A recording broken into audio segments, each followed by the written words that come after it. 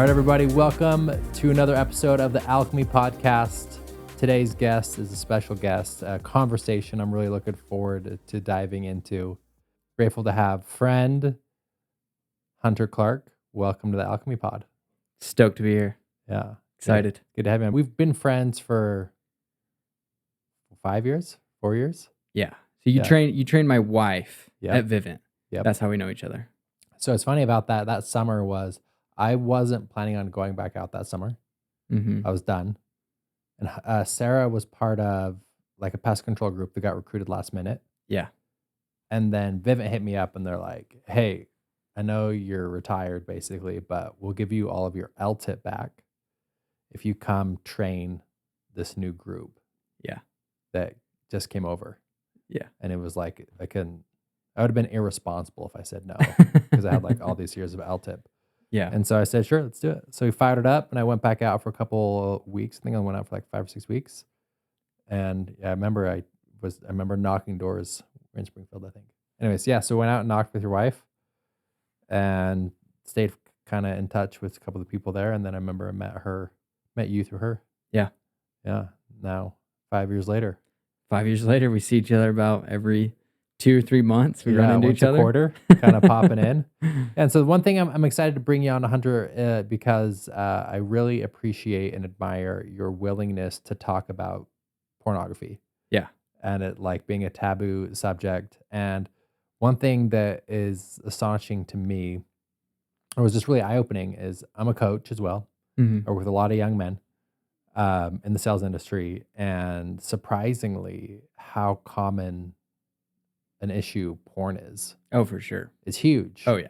And I think I was underestimating how big of an impact it was until I actually like started working with people one-on-one.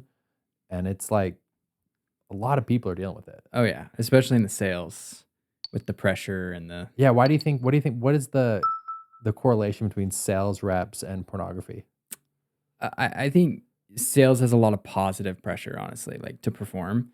But, you're out in the middle of nowhere, no friends, like just on the weekends at your, apartment that has a mattress on the floor, pretty lonely. I would assume that plus the pressure of sales is what drives a lot of guys to pornography. Yeah. And one thing that I've noticed too, as I've done like my personal development work, is what I'm actually seeing is that whether it's porn, whether it's gambling, it's all the same. Whether it's alcohol, whether it's nicotine, whether it's drugs, really at the core root of it is escape from emotional discomfort. Exactly. Right? There's an emotion that I don't want to feel. Anxiety, fear, loneliness, depression, sadness, insecurity, jealousy. Totally. How do I get rid of this feeling? Yeah. Or escape from it? And one of those vices tends to be one of the outlets. For sure. And so... And I mean, pornography, how accessible it is, right? Yeah. I mean, 2 clicks in your pocket and you're there, right? Like you don't even need to leave your house or go buy anything. It's constantly. It's in your pocket. Yeah. At all times. And what's interesting about those other vices is you have to go search for them. Right. Alcohol, nicotine, gambling, you're going to them. Right. You're just innocently scrolling on social media. Pornography is coming to you. Yeah. Which I think is interesting. Yeah. What inspired you to kind of take the lead on this kind of, grabbing this taboo topic that isn't pleasant to talk about? A lot of people shy away from it. It's not something that gets brought up all the time. There's kind of a lot of shame and guilt tied to it. Like what? For sure. I'm sure it was that, those that don't follow Hunter on social media, you talk about it quite often. I mean, it is your social media. It is like your angle, your unique thing. Yeah. Was that scary to like bring to the surface? What was that experience like? Yeah, absolutely it was. So kind of my story was, started out just like all of us, looking up Megan Fox on my little iPod Touch, Yeah. And, quickly through high school, it became a coping mechanism whenever I didn't want to feel negative emotions. And, got back home from my mission and was like, oh crap, like this is still in my life. Like returned missionaries, like they don't struggle with porn. Like that was the story. So it was an issue before your mission. Oh, absolutely. Yeah. And then there was like this belief of like, hey, once I go on my mission, then that'll solve it. Totally. Right. Yeah. So it was like, yeah, I'll get a few months clean, for my mission. And that was always the story with like the high school buddies. Like, oh yeah, you just quit like before your mission. Like right now it's fine, you're chilling. But like before your mission, that's when you quit. Right. And I start preparing for my mission and it's like, all right, now it's time to quit. And I'm like, oh, I'm in a hole. Like I'm deep in this, like addicted for sure. I was probably viewing every day in high school. Yeah. And super hard, but I was able to get like a month or something free. And then I was able to go on my mission. Sent me down to Mexico, had a little walnut phone, had an hour of internet per week where I was emailing my family. So didn't really struggle with it there. Because you had no access to it. I thought I was healed. Yeah. But I was really just didn't have access. I was just avoiding it, essentially. Yeah. Not avoiding it intentionally, but there was just no way to get it. There was no way. Yeah. Yeah. And then, I get back from my mission. Have you heard the Pavlov's dog analogy?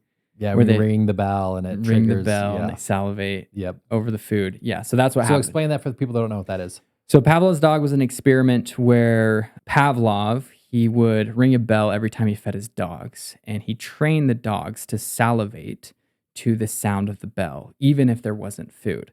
So later he would ring the bell and they would salivate even if there wasn't. The dogs would start salivating thinking they're about to get food. Thinking they're going to get food. And so they connected the sound of the bell with eating. Yeah. So for me, with the Pavlov's dog, it was whenever I was feeling negative emotions, my trigger, my thing was I go to pornography. Yeah. And what were those emotions for you? Curious. I felt like in high school, it was a lot of insecurity, just the normal high school stuff, negative emotions, nothing like super particular, but just anytime I didn't want to feel anything, it was straight to that. Yeah. Anxiety, insecurity, jealousy, fear. Yeah. Frustration. I would probably say mostly insecurity. I was avoiding. Yeah. For sure. So anyways, I get back from my mission and that bell starts ringing again and I have a smartphone in my pocket and it's not even a couple months later till I'm freaking back in it. Just like, freak, what happened? And this is when it really started to become taboo because in high school, we joked about it as friends. It was a pretty funny thing that everyone talked about. But like a return missionary, it's like, no, return missionaries don't struggle with porn. And I'm like, just in the dumps after. Yeah, it feels like there's a lot of shame tied to it. So much shame. Yeah. And in high school, there was a lot of shame too, like when I was younger. But then going into high school is when like the shame kind of dissipated and, it was just free for all. For those that are listening that aren't religious or Mormon, what is the LDS's stance on pornography and why does it carry so much shame? The LDS stance on, anything sexual is you don't do it. Like, I don't know like exactly currently how they stand because they are shifting a lot of how they're talking about it. But when I was in high school, I can only speak to how I felt, not really doctrine. Yeah. But I felt like, you don't have sex before marriage. You don't date until you're 16. You're not sexual. And the idea that I disagree with is every time I would go talk to a bishop or a person of leadership of the church, they were always acting like don't do those things. And, they didn't teach what to do with your sexual thoughts. Like sexual thoughts weren't allowed. Yeah. Yeah. And that's where it created a lot of shame because you're like, oh, I want to go look at porn, which is normal for any 16-year-old boy that has a smartphone. Like it's very normal to want that. But for me, it was like, oh, I'm bad for having this thought. And then I go look at porn and I'm bad for looking at porn. And that's where a lot of the shame. The spiral. Yeah. And then you feel worse because of the shame. And then they call it the shame cycle, as you know, and you just go deeper into the hole. Yeah. Like almost like what's wrong with me of even having these thoughts? Totally. Yeah. Yeah. Totally. But it's like, dude, you're freaking 14 going through puberty. Going through hormones. Kind of a pretty standard experience there. Right, so you're post-mission, you're back on the porn, right? Yeah. You're back looking at pornography again. You're dealing with shame. I'm sure a lot of shame, right? More shame for sure. Yeah. More shame. Yeah. So what was that experience like for you? It's like you thought you're gonna kick it. You're probably feeling good when you first got home. Oh, yeah. Fall back into it, and then you're probably a couple months. You're back on pornography. You're looking at pornography again, and now you're probably carrying a lot of weight, right? Oh, absolutely. And, anyone that's experienced pornography knows it just kind of like starts out, a couple times a month or whatever, and it slowly just gets like more and more and more, and you just need it more and more. And that's essentially what happened is I just was on this slow decline of viewing it more and more. And I felt terrible. I even told myself, I was like, dude, I'm not gonna get married. Like Mm. until I get this figured out, there's no way I'm gonna get married. And And was it you weren't gonna get married because you weren't like worthy to get married, or like n- no girl would ever choose someone who looks at porn? it was more for me. I didn't feel worthy church wise, but it also was like, no, I don't want to bring this into a marriage. Sure. And probably a little bit of the no girl would want Right. to do that. Yeah. So, Who would want to date a guy that looks at porn? Yeah. exactly. Right. Yeah. And I, start dating and I broke up with a few girls actually because, I'm dating them, things are progressing. I'm still struggling with porn. So I break up with them. Like So that was the cycle. did you bring it up? Not with my first few girlfriends, no. No. And so you would just end the relationship. Just say, hey, I need to work on myself. Yeah. Because you're feeling the shame and the guilt of carrying this thing that's unspoken, right? I'm not going to speak Absolutely. of this, Yeah, absolutely. right? And then that weight builds up and then causes you to sabotage the relationship. Exactly. Yeah. Yeah. Yeah. So, I'm trying everything at this point, So what are you trying? What So does that look like? the advice that I would get from all the bishops is, be more spiritual. And, I'm like going to the temple, I'm reading my scriptures every day. I'm doing it all. And I'm like, it's not working. Like I'd go to my bishops and I'd be like, you need to read your scripture, you need to pray harder. I'm like, yo, I'm doing all the things. And was there an expectation that like the urge would go away and it just wasn't going away? Yeah, it was the urge. I remember one bishop, he was just like, "Hey, we need to like step on the gas and just like get rid of this." And I'm like, "Bro, like I'm pedal to the metal, but like Yeah. nothing, we're not moving," type of deal. So yeah, it was get rid of the urge, and part of the what we were talking about earlier with the shame, I would feel guilty even having the urge I to have go this to urge porn. that something must be wrong with me. Something I thought I had a chemical imbalance in my brain. I thought I was like overly sexual. Like, dude, I thought I was Yeah. messed up in the head for sure. Wow. Wow. And at this point, I had bought a few courses online. I started sales, started making some real money, and started putting money into coaches and all these things. And I tried the spiritual thing, tried the discipline thing. What do you mean the discipline thing? Just, like I just need to like put my shit together, like Yeah. just figure it out type deal. Just more willpower, more grit. Just I'm not trying hard enough type deal. Mhm. That's what I mean. And tried a bunch of things and nothing really worked. And then I met my now wife, Sarah.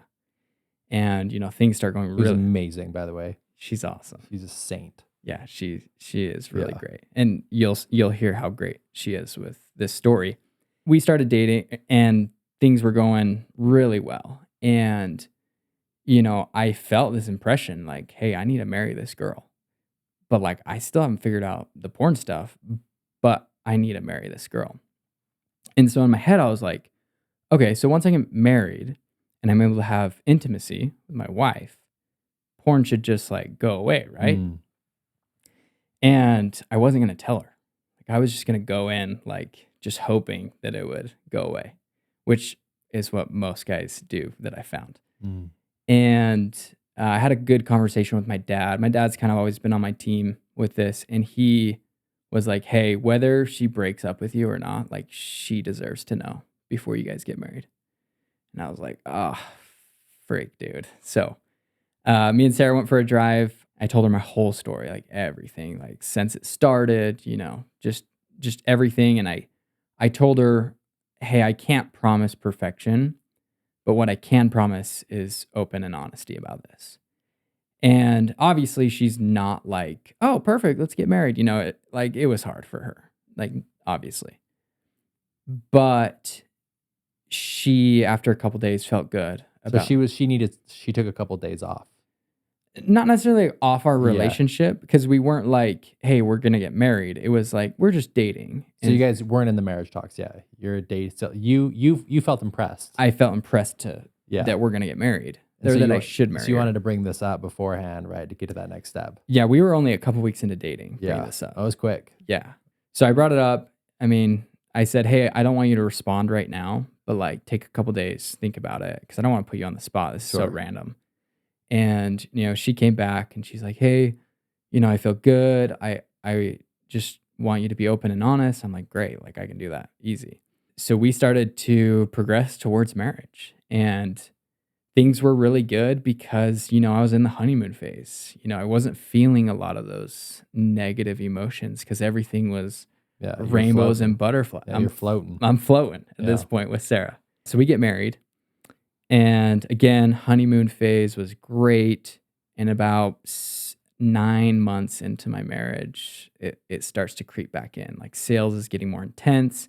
The solar world is changing. A lot of stress. I had a huge team, a region down in Southern California, and like things were hitting the fan with the NEM 3 stuff that happened. And it came back strong. Like I was really struggling with pornography. And at this point I would always tell her when I messed up, which I mean, that's a whole different thing, but I would always be open and honest with her, and every time I did, it just like felt like I was just hurting her. Just Yeah. the shame just doubled from what I felt previously being married to being married and still struggling. It was like the shame 3 or 4x'd what I was Yeah. feeling.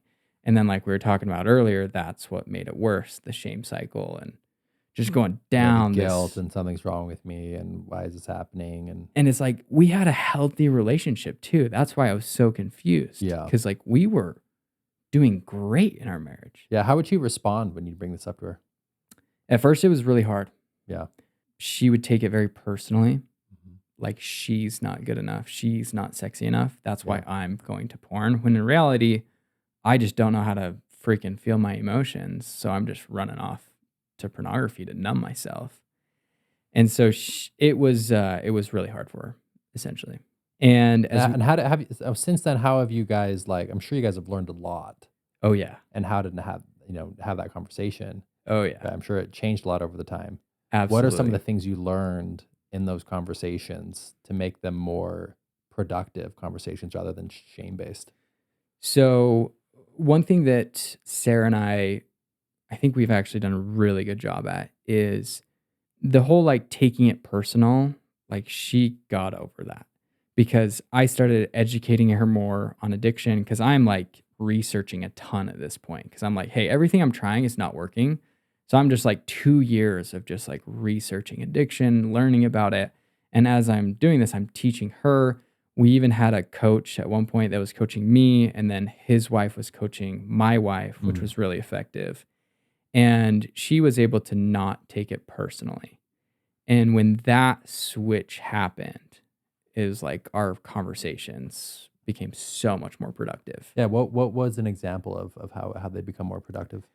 So she would, I'd go to her and I'd tell her like, hey, I messed up, yada, yada, yada. This is what happened. This is what I'm going to do different is kind of how the conversation would go.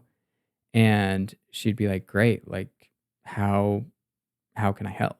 Mm. Because she now understood that it was my internal battle and not something that she Yeah, it was seems even like she part turned of. turned into a teammate rather than an opponent. Absolutely. Yeah. Absolutely. She never was an opponent, but Be taken that way, right? yeah, it could be taken that way. Yeah. So let me say this. What my guess is there's a very high probability that there is someone listening to this podcast right now who has a porn addiction, who has shame about it and is guilty about it and is in a relationship. Yeah. So what advice would you have for that person on how to navigate the conversation with their current partner? This is an interesting topic because you don't know how the spouse is going to react. Spouse, girlfriend, partner, Spouse, girlfriend, boyfriend, partner. whatever it is. Yeah, because their environment, how they grown up, really plays into how they're going to respond. Some partners are going to be like, okay, great. Like, I don't care. Yeah. Others are going to be like, oh my gosh, you're cheating on me, blah, blah, blah. Like, really varies. Like Yeah. how It's a big spread. big spread of how they respond. So one thing that I would say to this guy, to the person that is struggling, is I would say you absolutely need to open up to your partner. I don't think she needs to necessarily be your accountability partner, but you need to tell her where you're at. The reason why is because you're not in full integrity. And the problem with, like, I mean, take morality, take religion, take everything out of it. Just take the principle of being in integrity. When she gives you love and you're hiding this part of you, it's like trying to fill a bucket with holes in it. Like the love is just going through. Like because you're in your mind, you're like, oh, if she really knew, She truly knew me, she wouldn't love me. she wouldn't love me. Yeah. So, I mean, take everything out of it. Like that's what's happening. And that puts a huge strain on the relationship. So my thing is like, absolutely there needs to be a conversation. And the sooner you can have the conversation, the better. And the sooner that you can get your partner, girlfriend, wife, depending on how she responds, if it's a tough thing for her, to talk to another spouse who is, developed a little bit more. Almost like a support. Yeah, like Yeah. with all the people I work with, it's like if you haven't told your wife yet, you're going to go tell your wife, and then you're going to get your wife on a conversation with my wife on the phone call, like as soon as possible. So that's how I would go about it. So what would the structure, and I like to get in the details here, what would the structure of that conversation actually look like? Is it just like, hey, just letting you know I watch porn? Yeah. But like, how do you actually reveal that? I mean, because it can Is be a it- big deal. Is it coming from someone that hasn't talked to their Yeah. So wife? no, what is that actual conversation like? That first conversation, like how do you structure it in a way where it's might have a little bit more intentionality behind it rather than being like, hey, watching porn, what do you think? Like, Yeah. how do you actually deliver that conversation? Like what's the scene? Set it up for us. So, I mean, I told my wife pretty early into dating, so Yeah. I'm not coming at it from like a 3 or 4 year into marriage, first time telling. Sure. So, what I would say though, in my experience, is I would go to her and just say, hey, I really love you. And the reason I haven't told you this is because I've actually loved you so much and I don't want to hurt you. And I've been trying to overcome this. And then I would go into your whole story of like, hey, way before you were in the picture, I've been dealing with this since I'm like 10 years old. I thought it would go away. And what I've learned about my habit is that it's a way to cope with negative emotions, like very detached from her. And then also, I would say, kind of what I said to my wife is, I can't promise perfection, but I can promise honesty from this point out. And I don't know how much more you can say. I mean, that's really, really good. I mean, that's a really good format structure. Yeah. I think any partner, I mean, if it's a true authentic relationship, that if you brought that to your partner, I think that'd be received really. I mean, it wouldn't be easy, but I think it'd be received well. Yeah, and I would especially point out it's like, hey, this isn't a you thing. This is a me thing. And I've had friends who he's told the wife, and she's like, if you look at porn again, like we're gonna get in a divorce, like a total threat. And then it's like, okay, there's a small chance he's never gonna look at porn again, like very small. Yeah. But next time he looks at porn, what's gonna happen? Absolutely, he's not gonna He's tell not you. telling. No. Yeah. Shame, guilt. He's hiding it, Yep. and then he's in isolation, Yep. and the shame cycle goes, and then he's just in a pretty bad spot. Nothing good is Nothing. happening. Yeah. Man, that's really, really good. Yeah. And so I'm curious, continue the story here. So you bring it up to Sarah. She's like, hey, give me a couple days. She comes back to you and right. And walk me through. Cause I mean, obviously now you guys are married, you guys have a kid. Like, Yeah. seems like you guys have worked with this. Tell me more about, that process since that moment. Yeah. So I mean, we got married again. Honeymoon phase was great. Didn't struggle with it. And in my mind, I'm like, oh, I just needed to get married and just have sex, and then I'm good, right? Yeah. But then the bell Pavlov's dog started ringing again, Yeah. 9 months into marriage. And, I'm in the thick of it again. I'm going to all the bishops. I'm freaking working at the temple. Like, I'm doing everything I can.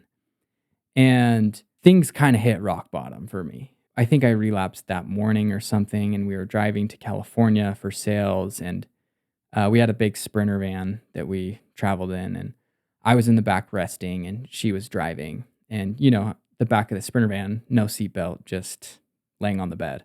I remember just feeling so guilty and so full, like I was drowning in shame.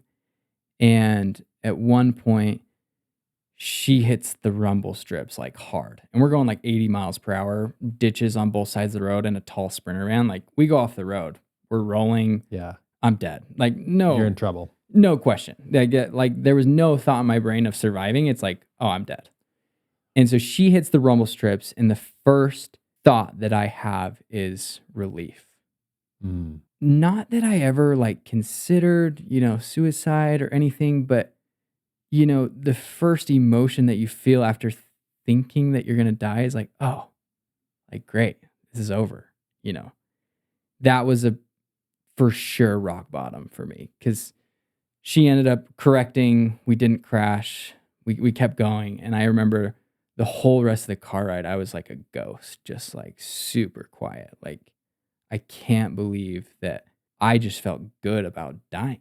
Like, I'd never commit suicide, and I never got to that point, but that's how I felt in the moment. And it was interesting because that year was the year that I cleared the most money that I've ever made in sales. It was like over $500,000. And I remember in that moment thinking I would trade every penny for this to be gone. Like, I mean, don't put us on the streets, right? Like, give us some groceries and like pay our house bill, but like, other than that, take it. And that's when things really like shifted for me, because I was like, what I am doing is not working. So I cleared my canvas. I threw everything off the table. And this is when I dove into a lot of the research on addiction. And one of the first things that I found is the shame aspect. If you have shame associated with your addiction, you're 66% less likely to overcome it than someone that doesn't have shame. Yeah. That's any addiction. Yeah. Why is that? I think, like we were talking about earlier, when someone feels bad about what they're doing, and what they're doing gives them a dopamine spike, they're going to want to go right back to that dopamine spike to numb. Escape. Yeah. Escape. Yeah. And here's the difference between shame and guilt, from my understanding.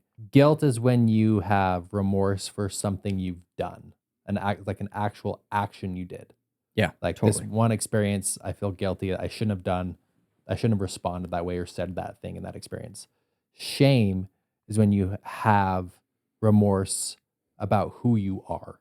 I am bad. I am bad. Yeah, something's wrong with me. Guilt, I did something bad. Mm-hmm. Shame is I am bad. Absolutely. Right. It's tied to an identity, where guilt is tied to an action. Absolutely. And so when you have shame about your identity, I'm not a good person, something's wrong with me, I am bad, you will do anything to escape that experience. Totally. And then, I mean, you think about, we mentioned gambling, we mentioned, all these nicotines, but I think something that's very correlated with pornography that I don't think most people correlate is overeating. Right. I think overeating and pornography are actually really, really similar. Just people, when they feel bad, people go to food. And then when they feel bad that they went to food, they feel like they're fat, something's wrong with them. Oh, they're just going back to food to feel comfort, right? Same thing with pornography. That was the first thing that I really learned, like clinically, like research backed, not just, hey, go to the temple and your problems will be solved. It's, no, you need to get rid of shame. It's like, okay, well, how do you get rid of shame? And the easiest way that I have found to get rid of shame is bringing it to the light, opening up, talking about it. And so I'd always been open with my wife, which if you aren't, that's a big step. And then I think another step is, talking to your friends, talking to close loved ones, people you trust. And I was actually at an event at Jimmy Rex's Watt we had like 50 other guys there, and we did this meditation, and I had the feeling that I need to go talk about how I'm currently dealing with pornography as a married man, right? Every person that had talked about it before, it's like, oh, thing of the past, right? Right. It's like, no, I had to tell them I'm currently This is an dealing issue with with me today. today. Yeah, And I yeah, am married. My wife is hot, yeah. and I am still going through. I just made the most money I ever had, and I am What year was still. this? This was, it had to have been 20, I 22? think 23. 23? Yeah, Yeah. Or 22. Can't yeah. remember. No, it would have been 23. 23. Yeah. And so I get up there, I'm like freaking gonna throw up. My Yeah. hands are shaking. And in front of 50 high achieving men that I really look up to, I'm just like, this is me. This is who I am. I'm dealing with pornography currently. And yeah, this is who I am. And what's interesting is I thought that my reputation was ruined. That's what I thought. Yeah. But then after, the guys respected me more for being open and honest. And this is when I really started to realize how big of a problem it is, because, not a lot of guys shared their experience, but they would come up to me individually and say, yo, like, I'm in the same boat. Like, I've been dealing with this for 4 years. I've never told my wife. And it's like, damn. Like, Wow. so that's when I realized, this is a big issue. And I think that's when it planted the seed of like, hey, I think this is something that I want to go into and like really help out. I would say my big first step was telling my wife. My second was getting rid up of the in front of a shame. group of especially people you admire and look up to, and sharing an insecurity or a vulnerability. I mean, that takes a lot of strength. Absolutely. Yeah. Yeah. And anyone that's struggling, that's usually the first thing that we do is like, yo, you're going to go tell 3 friends Yeah. that don't know about this. Every time someone does, they're like, wow, I feel so much better. And what's interesting is I always thought overcoming an addiction or overcoming, pornography would have looked like just total grit, total like willpower. Yeah. Like, I'm Will yourself 30 through. days clean tomorrow, and like I got to stay on my A game. But, as I started opening up and talking about it, it felt like the grips of addiction just like loosened. My desire to view was actually changing. I started going weeks without it. And, I've gone weeks without it before, but I was like total White knuckling it. gritting my teeth. Yeah. And now I'm like, wait, this is actually way easier than I thought when you get rid of the shame. That's a massive unlock, right? Totally. It's just there's a quote that says, what you don't speak about becomes unspeakable. Yeah. And as you hide and push away that shame, you can't talk about it, right? And so just really bringing it to the light just immediately alleviates some of that pressure, it seems like. Yeah. And so the company that I started recently, that's why it's called Sunlight, is because of when you bring something to the light, it gets rid of the shame almost completely. Incredible, man. That's so beautiful. And what it resonates for me in a sense of, so I remember my relationship with pornography. It was probably same as most men, high school, adolescence, college. Did you serve a mission? I went on a mission. I got sent home early. Did a mini mission, I call it. Oh, nice.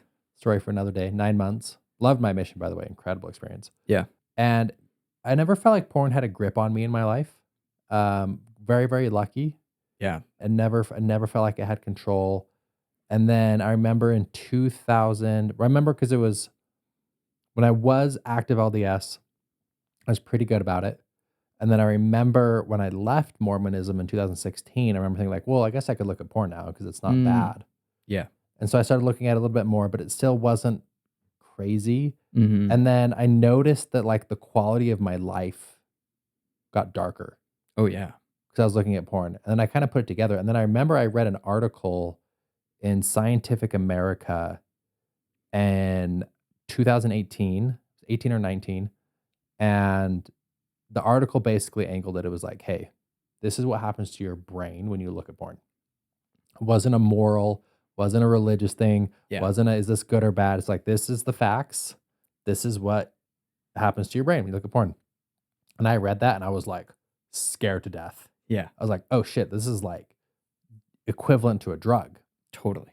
So I went cold turkey that day, and I've been clean since. Dang. Just like I just got That's spooked. super impressive. I realized how lucky I've been.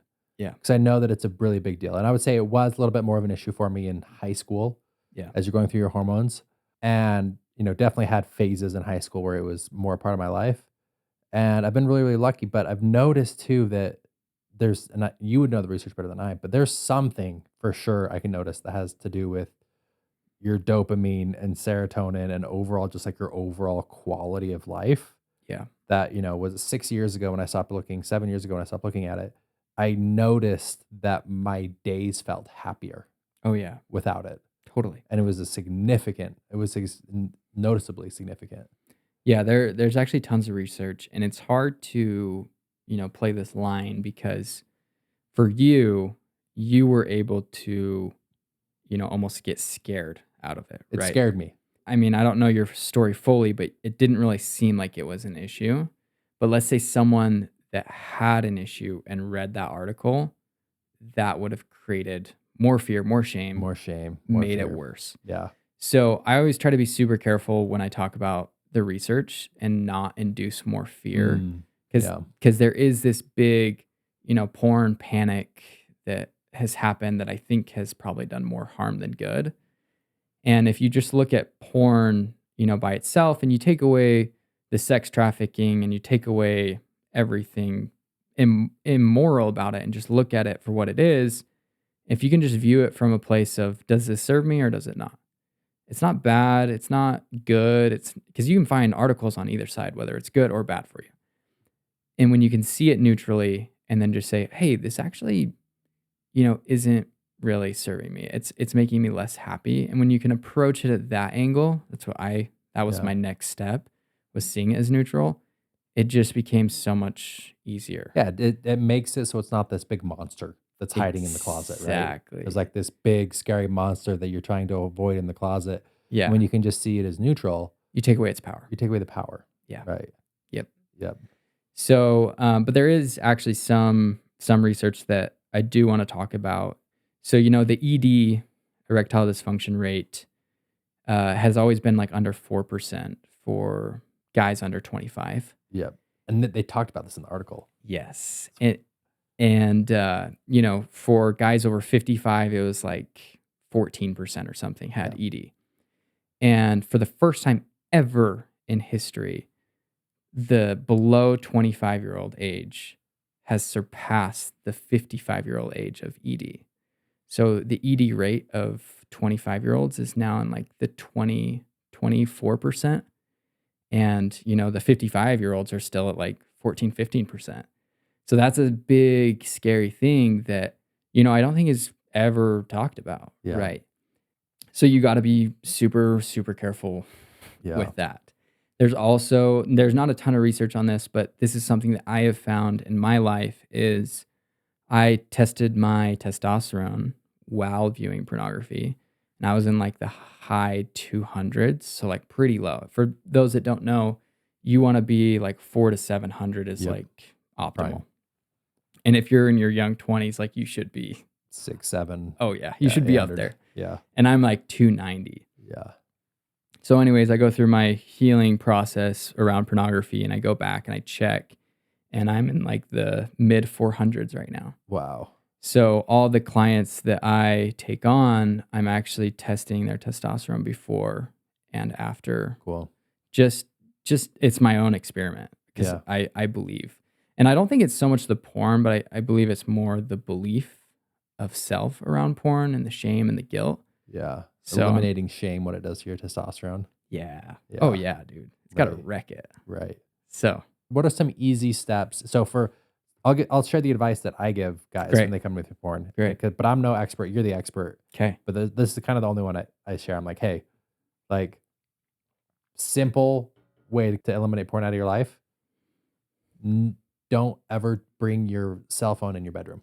Great. That's the best tip I can give guys. Yeah. It's like, what's the habit, right? You're at home, or especially sales guys. Sales season, right? You have your room at night, you have your phone at night. What are you gonna do? Right? Yeah. Getting your phone out of your room, that alone, Totally is a huge help. So I'm curious, like that's a tip that I share. What are Yeah. some other tips people? Well, and I think that can really create momentum, which I think is important. But when you're trying to get to like the real deep rooted issue and you want like long-term healing, like for me, whenever my wife would leave out of town, it was like game over. Yeah. Like I was screwed. Yeah. And now I'm at this point where it's like my wife leaves and I don't even think about it anymore. Yeah. And like I have my phone in my room Yeah. in my bed. Like so I think to get to like that next level, I've broke it to 4 steps. Is the first step is get rid of shame. Bring it to the light. You got to talk about it. You got to get integrity with your wife. You got to do whatever you need to do to get rid of the shame. So a few things that help with shame, talking about it, self-compassion, so breaking down the limiting beliefs. Like I legit thought I was going to cheat on my wife. Like I thought I was on this inevitable path. I had this belief that I was going to end up cheating on my wife because those are the only stories that I heard of guys that looked at porn while being married. Yeah. So deconstructing those beliefs. So if you're someone that's struggling with porn, I'd say, what does it mean about, Doug or whoever, if they look at porn?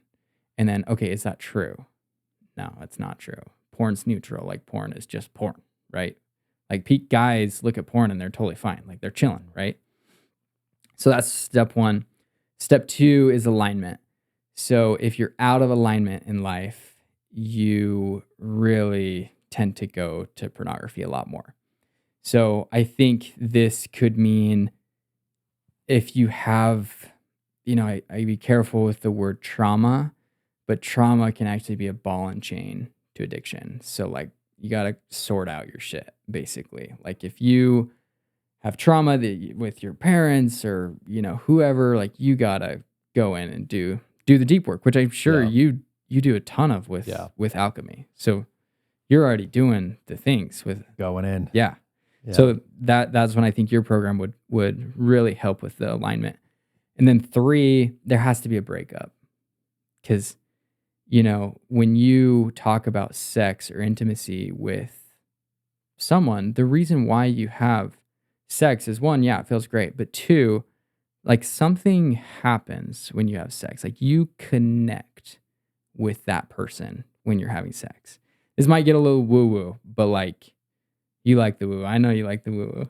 Love the woo-woo. But I mean, imagine, you have orgasmed with porn thousands of times. There is this connection with pornography that you have created that there needs to be a separation. A lot of guys try to do it too early. So it's like sort out your freaking traumas, do your deep work. And then for me, I had to have a breakup. Like, hey, like we're done. And when you break up, that's the 3rd step. The 4th step is create. So there's 2 factors that play into guys having a pornography addiction. It's 1, exposure at a young age, and we're all screwed in that category. So we're all there. No, it's almost impossible to carry on that one. We're there. The second is a lack of meaning in life.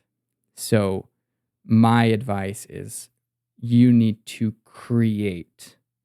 And when you create, the desire to view porn goes away. So it'd be an example of that. So for example, if you have your side business or like your side hustle that you've always, that clothing brand that everybody wants to create, it's like, go do that thing. If you don't have anything that you want to create, like start on your body, like create your body that you want. And when you can have that meaning, that substance in your life, I mean, dude, pornography is easy. Like, yeah, well, it seems like what it does is if you focus on creation, whether that's building a team or a business or a podcast or your health, it's building self-confidence. Absolutely. And when, the only way to build self-confidence is to do the things you say you're going to do. Yeah. It's the only way, right? Totally. And when you say, hey, I'm going to build this thing, business, I'm going to read, even if it's like, I'm going to read my book or go to the gym or I'm going to wake up at a certain time, that's going to build self-confidence. And then you can use that momentum to separate and heal your addiction. Yeah. And I would also like redefine what success looks like with pornography. I think a lot of guys go in like, hey, I'm quitting forever. I'm done. It's like, come on, dude. Like you've been in this for 17 years. You're not just going to break this overnight. Yeah. For me, it's taken like 2 solid years of effort to get to the point where I'm like, yeah, I'm done. Yeah. But, 2 years, right? Like, so Yeah. let's be patient as we go on this journey of recovery. And part of the creation step, again, this is a little woo-woo, but I fully believe in it, is, our seed actually is life force creation. Life force energy. Exactly Creation. what it is. It's life force energy. And when you are just kind of wasting that to some random chick on the internet just compulsively, you actually are taking that energy that you would have had to go do X. For example, Mike Tyson, Muhammad Ali, Cristiano Ronaldo, all these big fighters before big events would actually semen retain to have more energy, more focus, more clarity. And, I do this with my guys. It's like we do a semen retention challenge. And a lot of my guys report, a ton more confidence when they go and talk to girls. They lift heavier weights at the gym. Like, it's a legit thing. You can't approach it out of shame and like guilt. But like, if you can view that, like, let's say someone's in freaking butt crack of Oklahoma in some apartment with a mattress on the floor, and they're at night just like, I've got nothing else to do, might as well. It's like, hold on a second. Like, dude, you're going for your PR this week. Yeah. Like, let's just, like, not out of You're shame, not trying to make your morality. money for the year. Yeah, it's a big deal. This isn't morality. This isn't religion. It's like, dude, just like try this and see how you feel. And I guarantee you're going to blow your numbers out of the water with this. Yeah. So that's part of the creation. Yeah. I love those 4 steps, man. I mean, that's so brilliant. And how, let me ask this, what percentage of guys you work with are actually in sales? Probably 60%. Yeah. So it's mostly sales guys. Yeah. Mostly sales guys. Cool. I love it, man. Because there was, I remember my first summer of Alchemy when I was running. I need to get back into it, or I can push them to you. But the guys wanted accountability for no porn, a no porn group. Great. And so I'm like, yeah, let's fire it up, man. It's easy. I'll lead this thing. Yeah. And guys had a lot of success from it. Yeah. A lot of success. And I think what happens is when you can, get in control of something that's been shameful for you, and see some progress, the levels of self-confidence that come with that are it's a big deal. For and sure. then that then gets transferred into your performance in Absolutely. your sales career. Yeah. Yeah. It becomes really beautiful when you can transmute that energy into creating rather than wasting. Like, dude, come on. Like, you're unstoppable. Yeah, it's a big up level. Big up level. So that's the approach that I take it. I'm not here to argue with anybody that porn is good or it's bad or they should stop. I'm just saying, hey, this is what you will feel when you stop. I feel like it says that what you're doing, it sounds like you're just changing your relationship to it. Absolutely. And another thing too, this is just my personal belief, when it comes to vices, gambling, porn, nicotine, alcohol, drugs, Food. overeating, sleeping, oversleeping, Mhm. TV, Netflix, social media, the vice isn't the problem. Yeah. It's your relationship to it. Yeah. And most of us have very unhealthy relationships with these vices. And going back to the very beginning of our conversation, is it stems from someone's inability to be able to handle their own emotional discomfort. For sure. And if you can work on that, just like you're saying with those steps, there is freedom on the other side. Totally. Yeah. And another thing I'll say is when you use the right tools, it's actually way easier than I ever thought possible. Yeah. Again, I thought porn was going to be this big monster that, I was going to count my days up until I hit a year and whatever. But dude, when you use the right tools and you're doing it right, it really just fades out of your life. Yeah. And I can attest to that. It's something that doesn't even cross my mind anymore. Yeah. Like, it's not even in my dome of awareness. Yeah. I never even think about it at all. Totally. And that's super cool. And it's just one of those things that kind of just happens with growth and development. So I can attest to that. Yeah. And for me, I'm on Instagram And I probably see porn. I mean, dude, today's crazy, right? Yeah. Like, absolutely. I probably see it every other day, every third day, just on Instagram or just randomly. And for me, it's not like, oh shoot, now I gotta like Yeah. fight this battle, this urge, and like resist. And it's like, oh, like I can go look at porn, but like that would take away from my relationship with my wife, It's the and cost of it. Yeah. that would be pretty sucky to like. And dude, if you actually like look at porn for what it is, dude, it's like freaking the dollar McDonald's menu. Like Yeah. there's no connection. There's no, No nutritional value. yeah, it's just cheap. Yeah.